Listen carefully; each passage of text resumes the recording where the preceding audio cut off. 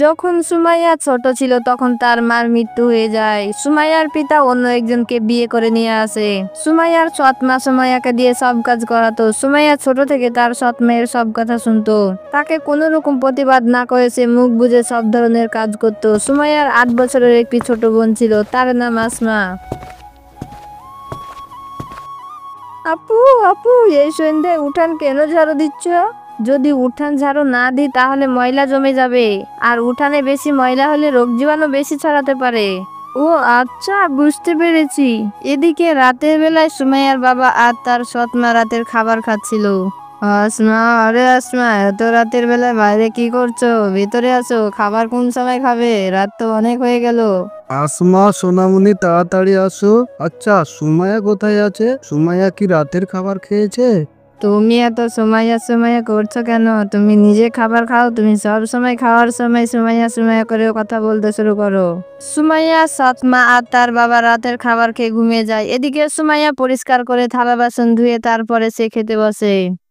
এত রাতে জানালা দিয়ে কিসের আওয়াজ আসছে? সুমাইয়া যখন খাবার খেতে বসেছিল তখন জানালা দিয়ে অদ্ভুত আওয়াজ আসছিল।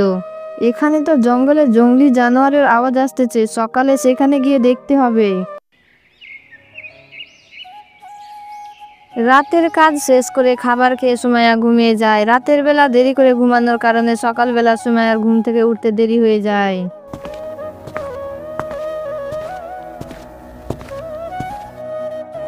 আরে সুমাইয়া, সুমাইয়া, দেখ কত বেলা হয়ে গেছে, আর এখন পর্যন্ত বারান্দা পরিষ্কার করিস নাই। আমি এক্ষুনি হাত মুখ ধুয়ে এসে বারান্দা পরিষ্কার করে দিচ্ছি মা। বারান্দা পরিষ্কার করতে যদি ৯টা বেজে যায় তাহলে সকালের রান্না কোন সময় করবি? আর এদিকে তোর ছোট বোনের পোশাকগুলো অপরিষ্কার হয়ে আছে। বেচারি ছোট মেয়ে এখনো অপরিষ্কার জামাগুলো পরে আছে। আমি এক্ষুনি যাচ্ছি মা, আমি সবগুলো কাজ এক্ষুনি করে নেব।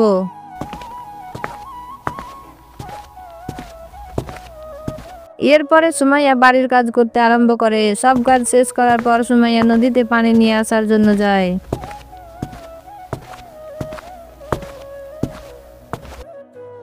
এই জায়গার পানি তো অপরিষ্কার লাগছে, আমি ওই পাশ থেকে পানি ভরে নিই। সুমাইয়া পানি ভরতে লাগে। পানি ভরার পর ভর্তি কলস নিয়ে সুমাইয়া জঙ্গলের ধার দিয়ে চলতে লাগে। ঠিক তখন তার রাতের বেলায় অদ্ভুত আওয়াজের কথা মনে পড়ে। আরে, আমি তো ভুলেই গেছিলাম, জঙ্গল থেকে রাতের বেলায় যে অদ্ভুত আওয়াজ আসছিল সেটা তো দেখার কথা আমি ভুলেই গেছিলাম। এ কথা বলে সুমাইয়া পানি ভর্তি কলস নিয়ে জঙ্গলের ভিতর চলতে লাগে। আরে কোথায়? এই জঙ্গলে তো কিছুই দেখতে পাচ্ছি না। এখানে তো গাছগাছালি ছাড়া অন্য কিছুই দেখতে পাওয়া যাচ্ছে না। আর এছাড়া আমি রাতের বেলা যে আওয়াজ শুনেছি সেটি কোনো পশু পাখির আওয়াজ না।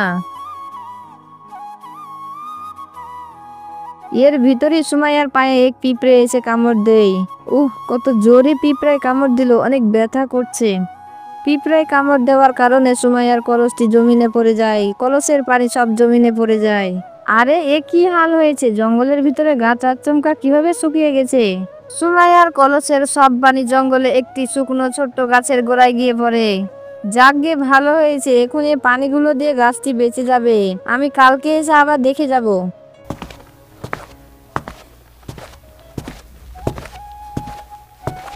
সুমাইয়া আবার কলসে পানি ভরে বাড়ি ফিরে যায়।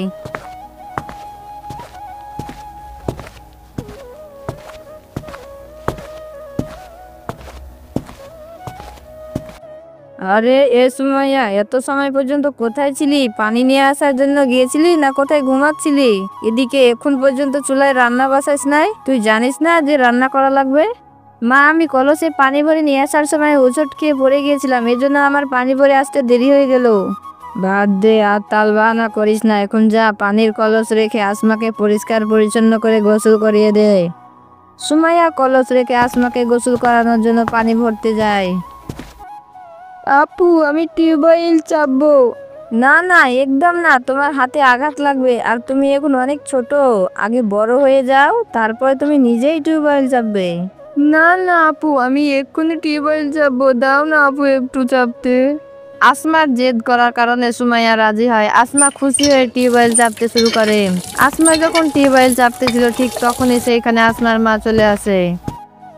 আরে ওই মহারানী, আমার ছোট্ট মেয়েটিকে দিয়ে কাজ করাচ্ছিস, টিউবওয়েল চাপাচ্ছিস?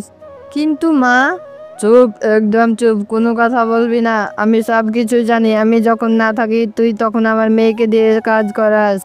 না না মা, সুমাইয়া আপু আমাকে টিউবওয়েল চাপতে দিচ্ছিল না, আমি নিজেই জোর করে টিউবওয়েল চাপছিলাম। তুই চুপ করে থাক, আমি সব কিছুই দেখতেছি। ছোট মেয়েকে ভয় দেখিয়ে তার দিক থেকে কথা বলাচ্ছে। সুমাইয়ার সৎ মার কথা শুনে সুমাইয়াকে খারাপ লাগতো না, কেননা তার মা সবসময় এরকমই ব্যবহার করতো।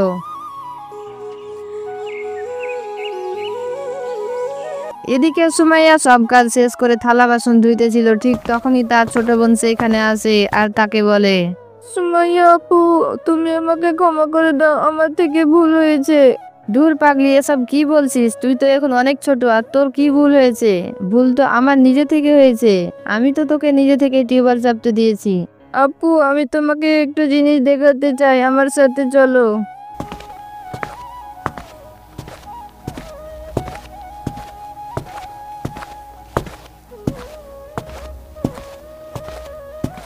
এ কথা বলে আসমা সে শুকনো গাছের কাছে সুমাইয়াকে নিয়ে যায়। আপু, দেখলে তুমি? আরে কি দেখবো, এখানে তো দেখার মতো কিছুই নেই। আরে তুমি কিছুই দেখতে পাচ্ছ না? গাছের উপরে একটি লাভ দেখা যাচ্ছে। আরে আসমা, তুমি কোন লাভের কথা বলছো? চলো এখান থেকে বাড়ি চলো। আরে লাভের কথা তুমি বুঝতে পারছো না? একটি মালা আমি কিছুদিন আগে গাছের উপরে দেখেছিলাম। মালাটি সাদা ছিল, আজকে কিছুটা লাল হয়েছে। মনে হয় কিছু হতে পারে, এখন বাড়ি ফিরে চলো। আর তুমি এই জঙ্গলের ভিতরে আর আসবে না, এখানে বিপদ হতে পারে। এ কথা বলে সুমাইয়া আসমাকে নিয়ে বাড়ি ফিরে যায়।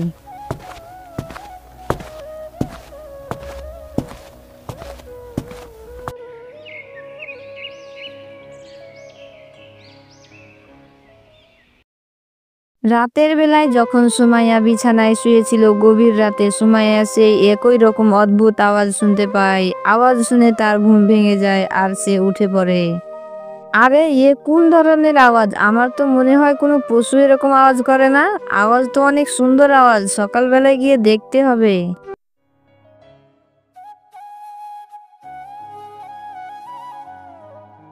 পরের দিন সকালবেলায় সুমাইয়া ঘুম থেকে উঠে বাড়ির উঠান পরিষ্কার পরিচ্ছন্ন করে। দে আমাকে ঝাড়ু দে, নদীতে গিয়ে পানি নিয়ে আয়। সুমাইয়া তার মার কথা শুনে নদীতে পানি নিয়ে আসার জন্য যায়।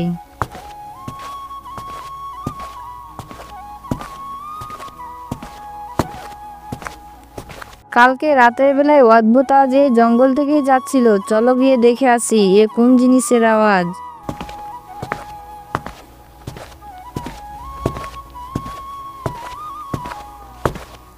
সুমাইয়া কলস নিয়ে সে আবার জঙ্গলের ভিতরে যায়। জঙ্গলের ভিতরে গিয়ে সুমাইয়া এদিক ওদিকে তাকিয়ে দেখতে লাগে, কিন্তু সে কোনো কিছুই দেখতে পায় না। বুঝতে পারছি না রাতের বেলায় এই জঙ্গল থেকে কে ওই অদ্ভুত আওয়াজ করে। এখন সুমাইয়া আবার সে গাছটিকে তাকিয়ে দেখে গাছে একটি একটি করে সবুজ পাতা বের হচ্ছে। আরে বাহ, এই গাছটি একদিনের ভিতরে পানি পাওয়ার কারণে গাছটি কিরকম সবুজ হয়ে গেছে। গাছটিকে আরো কিছু পানি দিই। এ কথা বলে সুমাইয়া গাছের গোড়ায় কলসের পানি ঢালতে লাগে। তার সাথে সাথে গাছের লাফটি অর্ধেক লাল হয়ে যায়, কিন্তু সুমাইয়া সেটি দেখতে পায় না। এরপরে সুমাইয়া বাড়ি ফিরে চলে আসে।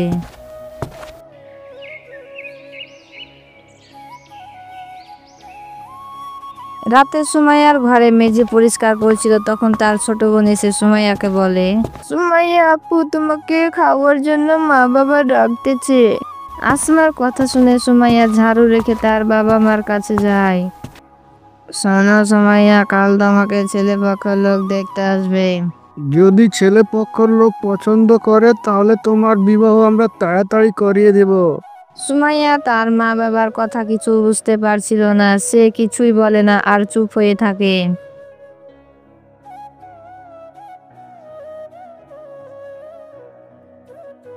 পরের দিন আবার সুমাইয়া কলস নিয়ে নদীতে পানি নিয়ে আসার জন্য যায়। নদী থেকে পানি নেওয়ার পর সুমাইয়া আবার সেই গাছটির কাছে যায়।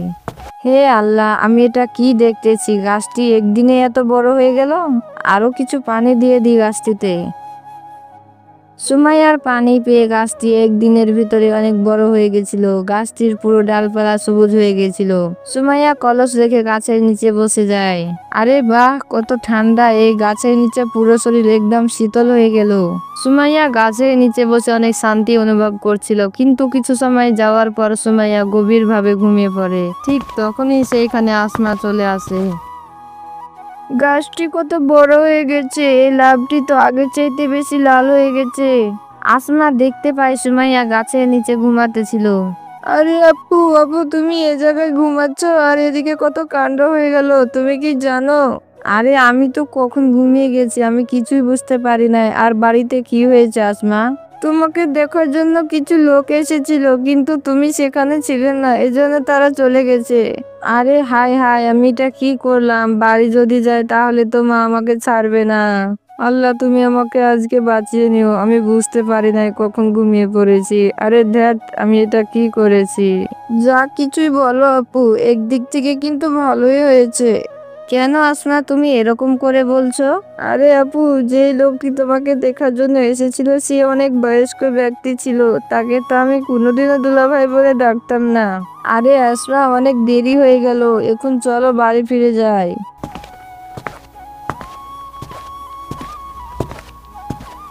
তারা দুই বোন বাড়ি ফিরে চলে আসে।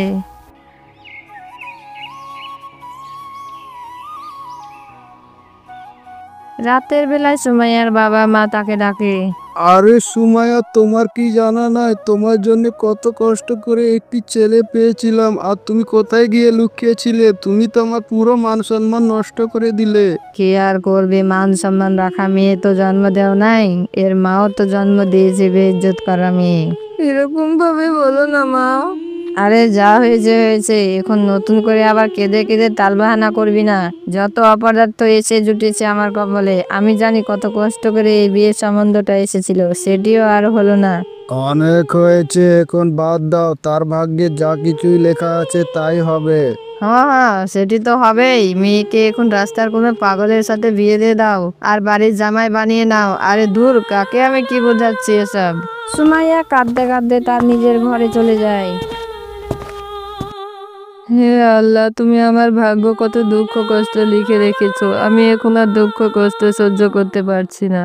বাদ দাও আপু, আল্লাহ যেটা করে সেটাই আমাদের জন্য ভালো করে।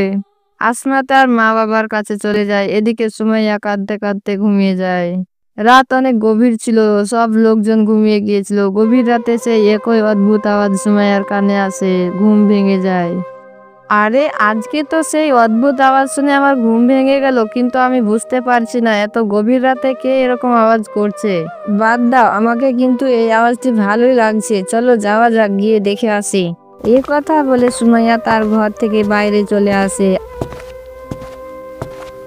আসমানে চাঁদ দেখা যায়, চারপাশে জ্যোৎস্নার আলো ছড়িয়েছিল।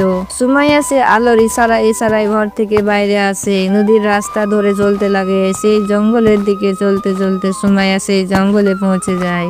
অদ্ভুত আওয়াজ শুনে সুমাইয়া মুগ্ধ হয়ে যায়, সেই গাছের কাছে চলে আসে, কিছুই বুঝতে পারে না। তুমি কে?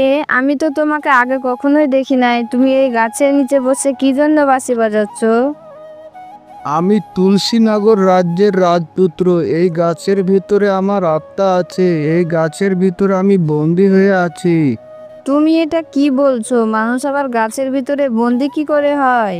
আমিও এটা মানতাম। আমার রাজ্যে একটি কথা বলা গাছ ছিল, কিন্তু আমি তার উপর বিশ্বাস করেছিলাম না। আমি বুঝেছিলাম যে এটি কোনো জাদুটোনা হবে, কিন্তু আমি সেটির উপর একদিন বিশ্বাস করি নাই। তার সাথে ব্যঙ্গ বিদ্রুপ করেছিলাম, উপহাস করেছিলাম। সে রাগান্বিত হয়ে আমাকে অভিশাপ দিয়েছিল, সারা জীবনের জন্য গাছের ভিতরে বন্দি থাকতে হবে। যদি গাছে পানি না পায় তাহলে আমি পানি কম হওয়ার কারণে মরে যাব, এটা বলেছিল। যদি কোনো মেয়ে পানি দিয়ে দেখাশোনা করে তাহলে আমি প্রতিদিন রাতে মানুষের রূপ ধারণ করতে পারবো, কিন্তু আবার দিনের বেলায় গাছের ভিতরে বন্দি হয়ে যাব। এটা আপনি কি বলছেন রাজকুমার? তাহলে দিনের বেলায় আবার আপনি বন্দি হয়ে যাবেন, কিন্তু আপনি সারা জীবনের জন্য মানুষ হতে পারবেন না? হ্যাঁ, আমি সারা জীবনের জন্য মানুষ হতে পারবো। কিভাবে আপনি আবার মানুষ হতে পারবেন? তুমি আমাকে আবার মানুষে রূপান্তরিত করতে পারো। কিন্তু আমার কাছে তো কোনো জাদুর শক্তি নেই, কিন্তু আমি আপনাকে কিভাবে মুক্ত করতে পারবো? যদি তুমি দিনের বেলায় এই গাছটিকে বিবাহ করো তাহলে আমি আবার মানুষে রূপান্তরিত হতে পারবো। কিন্তু আমার মা তো অন্য কোথাও আমার বিবাহ করাবে, আমি আমার মা বাবার কথা আবদ্ধ হতে পারবো না। যদি তুমি এভাবে গাছটিকে বিবাহ না করতে পারো তাহলে আমাকে সারা জীবন এই গাছের ভিতরেই বন্দি থাকতে হবে।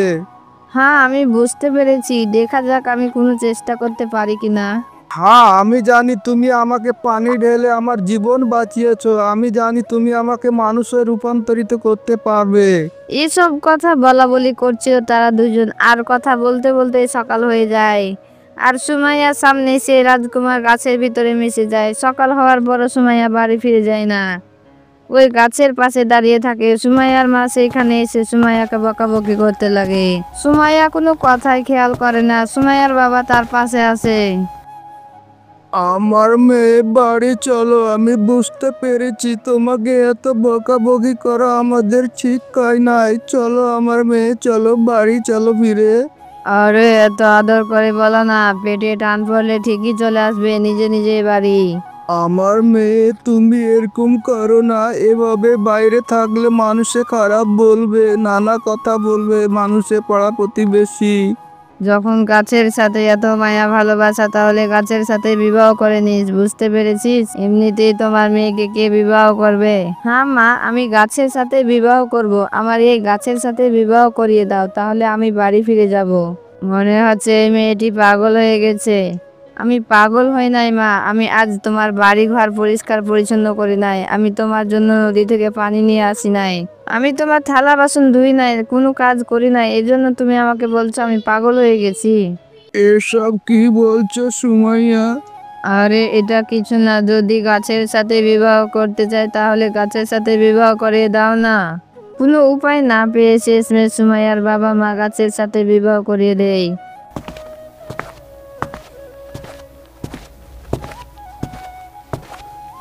বিবাহের পর সুমাইয়া গাছটিকে জড়িয়ে ধরে, আর আচমকা সেই গাছের জায়গায় রাজকুমার দাঁড়িয়ে যায়। আরে এটা আমাদের সামনে কি হয়ে গেল? মা বাবা, এ রাজকুমার সেলিম, আমি তোমাদেরকে সবকিছু বলছি, এখন বাড়ি চলো। এরপর তারা সকলেই বাড়ি চলে যায়।